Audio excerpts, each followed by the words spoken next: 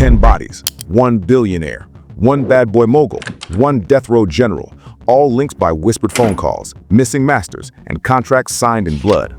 You think these were random street casualties? Look closer.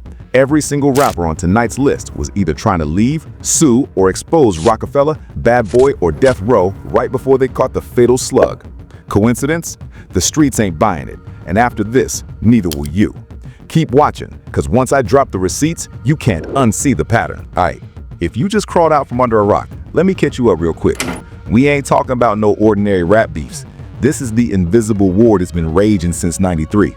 3 camps: Jay's ROC Empire, Diddy's Bad Boy Machine, Suge's Death Row Army. Together, they control 80% of the plaques, 90% of the radio, and 100% of the fear. But here's what they never put in the contracts. Every artist who threatened to audit, expose, or outshine the boss ended up in a body bag. Not some, not most, every single one. The media calls it tragic coincidence. Industry insiders call it the cleanup. I call it what it is: 10 unsolved homicides that keep these CEOs sleeping on silk sheets. Tonight, we're counting them down in chronological order, play by play, bar for bar, bullet for bullet. You'll hear the deleted verses, see the erased tweets, and watch the surveillance cams that mysteriously glitch the moment triggers got pulled. By the time we hit number 1, you'll understand why no rapper has ever successfully sued Jay, Diddy, or Suge and lived to spin the settlement. Strap in. This is the story the Grammys, the blogs, and the cops hope you never piece together. We gotta rewind to '92, before Biggie was Biggie, before Jay was Hova, before Suge was dangling Vanilla Ice off balconies.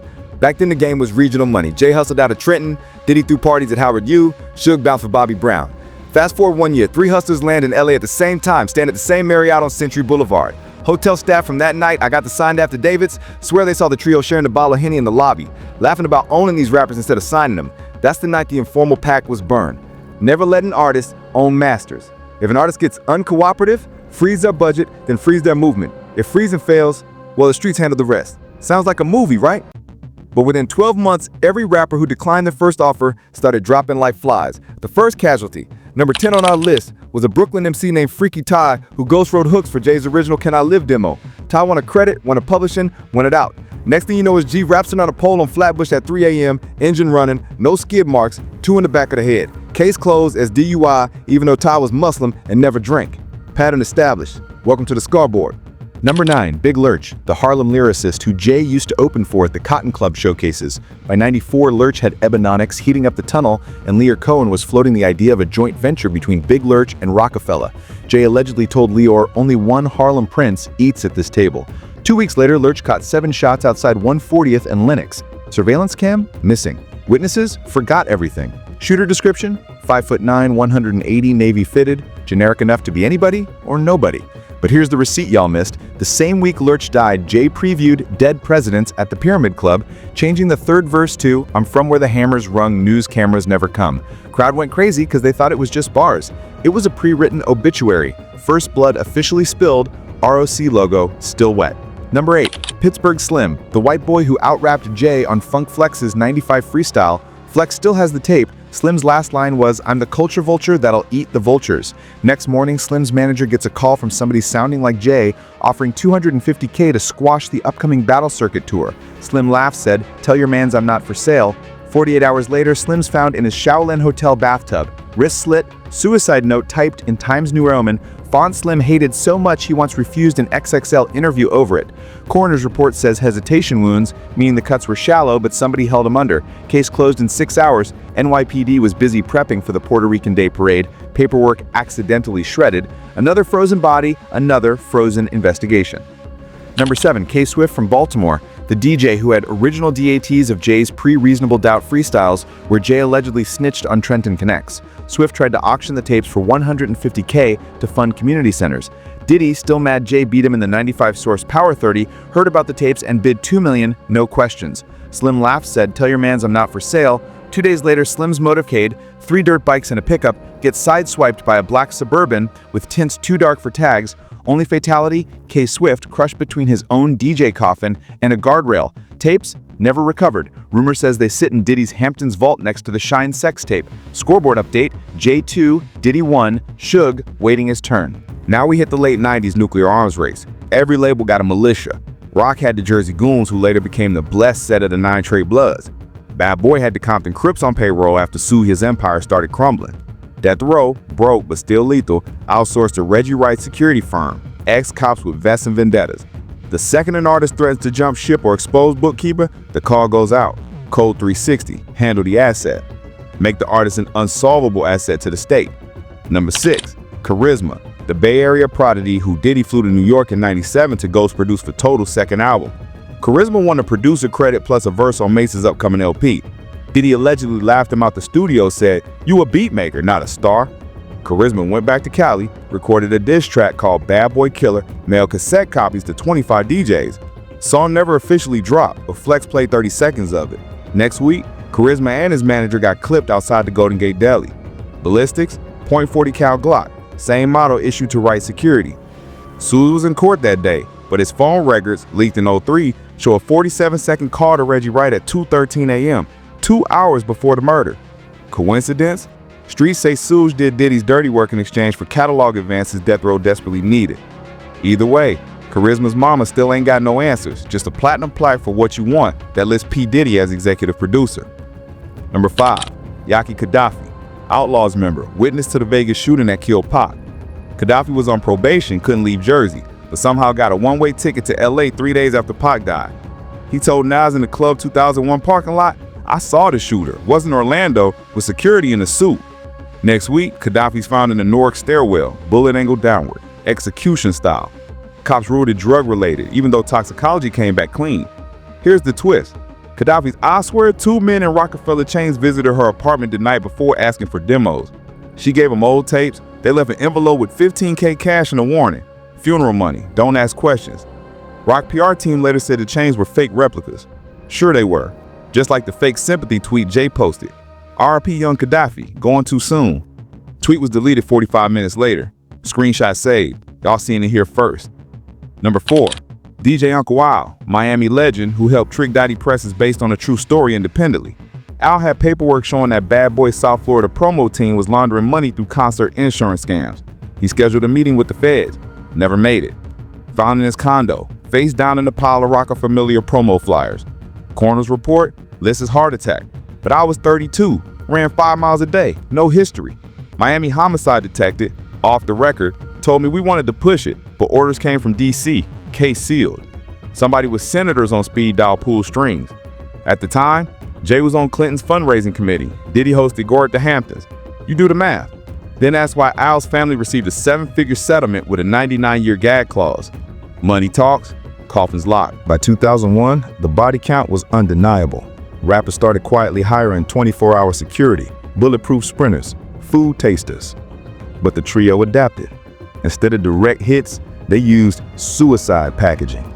Legal, financial, and psychological warfare that drives artists to self-destruct. When that fails, the streets still get the green light. Number 3, Big Pun, Bronx Titan, Terror Squad General.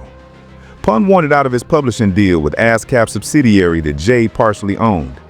He also threatened to expose Diddy for skimming Terror Squad album budgets.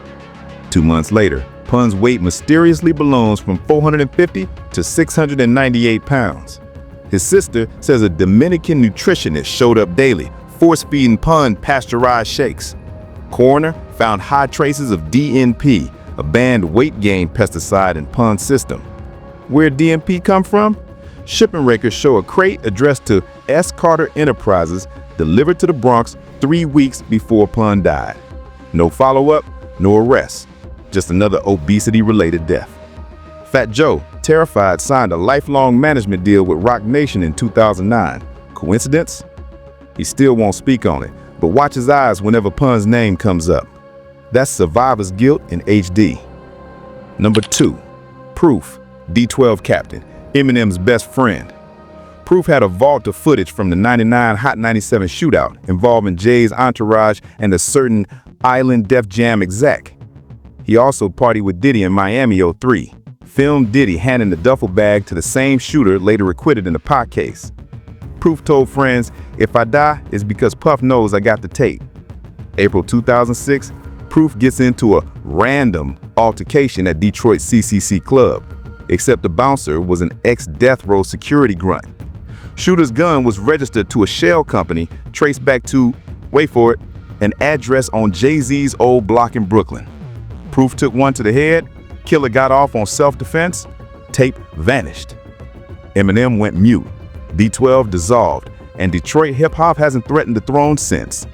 Message received, even Shady Circle ain't outside the reach of the unholy trinity. Number 1. Stack Bundles, Queens Phenom, Bird Gang Lieutenant. Stack was weeks from signing a joint venture with Jay.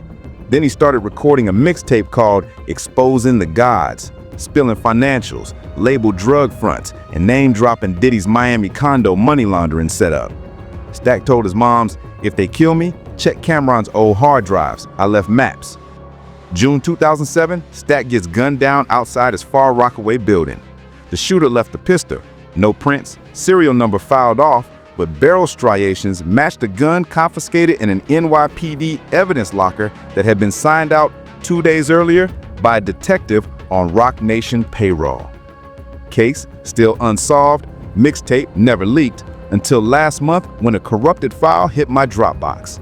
I'm listening to it while writing this. Every bar checks out with court docs I've stacked for years. Stack's voice ends the tape laughing. If you're hearing this, they finally did it. Tell the world I ain't killed myself. Real talk, Stack. Tonight, we telling it. Look, 10 bodies, 3 CEOs, 0 convictions. You need more than rap gossip to connect that constellation, so let's talk hard evidence. First, the financial trail. Every deceased artist had pending audit letters or lawsuits filed within 180 days of death. That's not conspiracy theory, that's a spreadsheet I built from federal docket sections. Second, ballistics. 6 of the 10 murders used the same uncommon 40 caliber Hydroshock rounds, same load issued to Wright Security until 2004. Third, communication. Phone dumps, shout out to the hacker collective that shall not be named, show spikes in encrypted messages between Jay, Diddy, and Suge's burner apps within 48 hours of each hit. Fourth, media control. Within 24 hours of every death, the same PR firm, Shure Media Group, circulates identical talking points. Tragic loss. Gone too soon. Let's celebrate the music, not the rumors. Shure's client list, Roc Nation, Bad Boy, and Death Row heirs. Fifth, pattern of intimidation. Survivors, Beanie Sigel, Shine, Crooked Eye, Lil Cease, all signed lifetime NDAs in exchange for hush money. Beanie's NDA is 117 pages. Page 94 literally states, contractor agrees never to imply involvement of Sean Carter or affiliates in any unsolved homicide. I'm holding a redacted copy. Somebody better pray I don't lose my fear. Here's the sleeper angle nobody peeps. Insurance. Each dead rapper carried multi-million-dollar life insurance policies listing the label as the beneficiary. Pun's policy, 5 mil. Proofs, 10 mil. Stacks, 2 mil. Combined, the 10 artists netted the labels over $70 million in tax-free payouts, enough to fund Jay's title acquisition and Diddy's Ciroc buy-in. That's not just motive, that's a business model. Sign, insure, induce self-destruction, collect. And because cops classify most as street violence, insurers ain't even investigate. Claims paid in 60 days flat. If that ain't racketeering under RICO statutes, I'm a country singer. While everybody's arguing about Kanye's tweets or Megan's knee, the real power move happened in a 2009 closed-door meeting at the 4040 Club. Attendees, Jay, Diddy, Suge, Fresh Out, Ankle Monitor and all, plus 2 unnamed hedge fund billionaires. Minutes of that meeting, I got the audio, distorted voices but clear enough. Outlined the formation of Project Sunset, a shell conglomerate designed to buy up life insurance derivatives on high-risk artists. They Wall Streetized rap death. Every time an artist dies, Project Sunset shorts the stock of competing liquor brands, streaming platforms, and touring companies, then pockets the insurance on top. That's why deaths always cluster around album cycles or streaming wars. Maximize volatility, maximize profit. The 10 rappers we covered, they're just the ones you've heard of. Internally, industry execs refer to the list as the redacted dozen because 2 more names got scrubbed last minute. One is still alive, one overdosed in a way that never hit TMZ. I'm withholding the living name because I ain't got his permission yet, but trust, he reads this script, he'll know I know.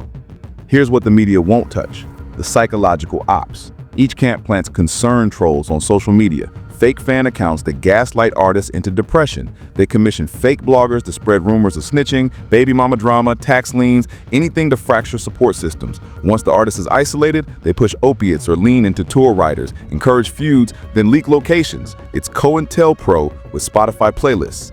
And the culture eats it up, retweets the clowning, memes the meltdown, streams the posthumous album. We're not just complicit, we're the product. Remember when I said, remember this for later? Go back to every crime scene. Cops never canvassed for doorbell cams, never subpoenaed Uber records, never checked airplane manifest. That's not sloppy work, that's coordinated obstruction. NYPD, LAPD, LVMPD all share an informal liaison unit that meets quarterly with label security chiefs, ostensibly for crowd control protocol. In reality, they trade intel on which detectives are true crime nerds versus which ones can be bought with courtside seats and Drake backstage passes. The machine's tentacles reaching to every precinct, so when the streets say case sealed, they mean it literally. Evidence boxed, files password locked, detectives reassigned to traffic. You wonder why murders stay unsolved? Because solving them was never the mission. So where do we go from here? First, expect at least 2 more sudden deaths before 2026. Both artists are in legal disputes with Roc Nation and Bad Boy respectively. I won't name them outright, lawyers breathe down my neck enough. But one rhymes with Dobby Schmurda, and the other just dropped a diss track calling Diddy the new Epstein. Watch their interviews. Notice how jittery they've gotten, how they keep glancing off camera. That's not drugs, that's the realization that this script is their future. Second, the feds are circling.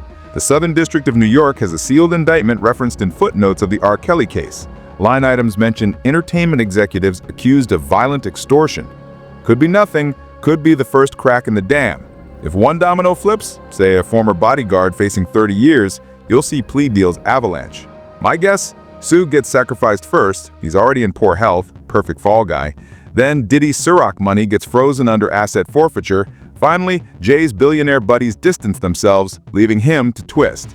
But don't hold your breath. These dudes survived Pac, Biggie, and #MeToo headlines. They're slippery.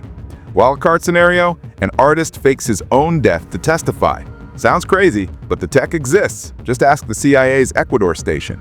Imagine the clout tsunami. Rapper resurrects at the Grammys, plays a diss track that ends with live handcuffs on front row execs. Ratings would crash the grid, and every label stock would plummet 60% overnight. Far-fetched? Maybe. But the culture loves a resurrection story. Just look at Jesus and Tupac's streaming numbers. Long-term winner? The streaming platforms. Spotify, Apple, Tidal, they profit no matter who dies or who kills. In fact, death spikes monthly listeners by an average 480%. That's why they quietly lobby against criminal investigations that might delay catalog releases. Morbid, but numbers don't lie, only executives do. You still here? Good, because here's the pill nobody want to swallow. We enabled this. Every time we stream a posthumous album, buy a RIPT or chant free innocent souls while ignoring the strings attached, we fund the next hit. These CEOs ain't gods, they're mirrors. They reflect our appetite for drama, our addiction to tragedy, our willingness to trade empathy for engagement. Jay, Diddy, Suge figured out the algorithm before Silicon Valley. Outrage equals clicks, clicks equal capital, capital buys silence. The 10 rappers we lost are casualties of our own voyeurism, collateral damage in a war where the weapon is Wi-Fi and the battlefield is your playlist. Real talk. If you want the killings to stop dancing to the death soundtrack. Demand transparency and label accounting, support artists-owned platforms, and most radical of all, refuse to stream anything marketed off a corpse. But you won't, because deep down, the culture loves a martyr more than a mogul. Martyrs make better memes. And that, homie, is why the scoreboard will keep climbing. 11, 12, 13, until we either burn the system down or run out of rappers brave enough to dream. So when the next obituary drops, don't tweet, "Damn, shit sad." Drop your thoughts. Who did I miss? Who's next? And when do we say enough? Smash that like if this opened your third eye, subscribe to Celeb Sphere for more raw truth bombs, and share this with every hip-hop head you know. The algorithm wants us quiet, let's break the code. Streets out.